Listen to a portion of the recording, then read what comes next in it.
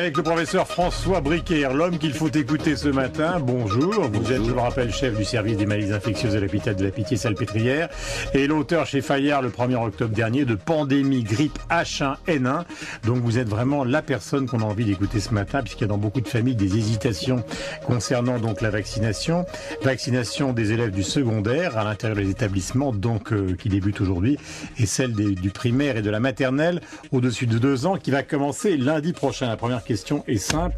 Professeur, tout le monde vous écoute sur Radio Classique. Est-ce que oui ou non, il faut se faire vacciner? Est-ce qu'il y a le moindre doute? Alors la réponse est pour moi extrêmement claire, oui, il faut se faire vacciner. Pourquoi faut-il se faire vacciner? Je dirais qu'il y a 2 raisons essentielles. La première, c'est que nous avons un vaccin qui est mis à notre disposition, qui est un vaccin de très bonne qualité. On peut discuter, faire passer des messages en lisant des choses et d'autres négatives sur ce vaccin. C'est, à mon avis, injustifié, complètement injustifié, et je dirais même injuste. Il n'a pas été fait à la va-vite Non, absolument pas. Toutes les techniques, qui sont d'ailleurs entre parenthèses des techniques classiques, c'est une reprise de techniques classiques qui ont été adaptées et modernisées pour certaines d'entre elles, avec les vérifications nécessaires, avec les études, les contrôles, etc., nous avons un vaccin qui est parfaitement de qualité. Puis la deuxième raison, c'est que la grippe est quelque chose de sérieux, on l'a dit, on le répète, c'est vrai que nous avons affaire à une pandémie qui n'est pas une catastrophe. C'est pas une grande violence. Absolument, et tout le monde s'en réjouit. Le virus est un virus peu agressif, mais si majoritairement les cas sont bénins, eh bien il y a un petit pourcentage qui est grave, avec des formes qui vont en réanimation et qui sont éventuellement mortelles. Et en plus de ça, je ne sais pas si le en plus est justifié, mais ce sont des sujets jeunes qui sont les principales victimes. Il y a eu 6750 personnes qui ont été tuées depuis le début de l'épidémie jusqu'à présent. Oui, alors certains vous diront que c'est pas grand-chose au niveau mondial. 6000 personnes, c'est quand même beau. Enfin, oui, bon. C'est significatif pour les familles, dans leur imaginaire, le soir. À mon avis, est-ce qu'il faut faire vacciner ou pas les enfants?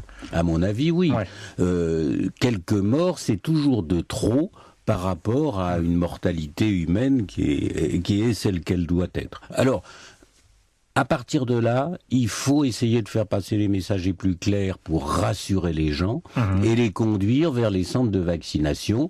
C'est un intérêt à la fois personnel, on se protège, on protège sa famille, on protège son entourage. Et deuxièmement, un intérêt qui est plus altruiste, populationnel, c'est qu'on collabore à réduire l'extension du phénomène infectieux épidémique, et je crois que tout ceci s'ajoute dans le sens positif. Parmi les arguments qu'on entend un peu ça et là, parce qu'il y a une part d'irrationnel, hein, vous le reconnaissez dans tout ça. Complètement. Les gens disent oui, mais il y a les vaccins avec adjuvants, ceux qui sont sans adjuvants, il va y avoir des allergies assez massives récemment au Canada, il y a eu l'épisode de la personne qui a eu la maladie de Guillain-Barré, enfin c'est vrai que tout ça convoque, encore une fois dans l'imaginaire, un certain trouble. Prenons les choses les unes après les autres. D'abord, cette histoire d'adjuvant, c'est quoi?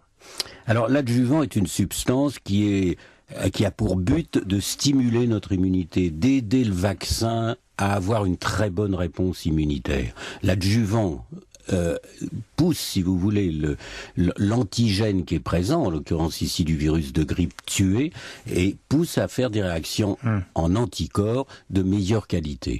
Alors ça a des avantages, et en particulier, en dehors du fait de donner une réponse immune de meilleure qualité, ça, pour la grippe, ça élargit le panel de protection contre d'éventuels mutants. Vous savez que la semaine dernière, on a parlé de mutants qui étaient apparus en Norvège. Eh ben, se vacciner avec un adjuvant, c'est un petit avantage parce que si jamais, ce qui n'a pas été encore le cas, le virus devait muter, eh ben, on aurait une meilleure chance encore d'avoir une protection.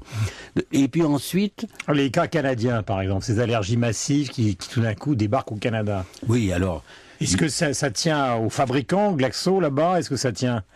Alors, les informations dont je dispose en tout cas, laisseraient penser qu'effectivement c'est un problème de fabrication, donc autrement dit une faiblesse sur un lot qui ait été repéré au Canada, au Manitoba plus particulièrement.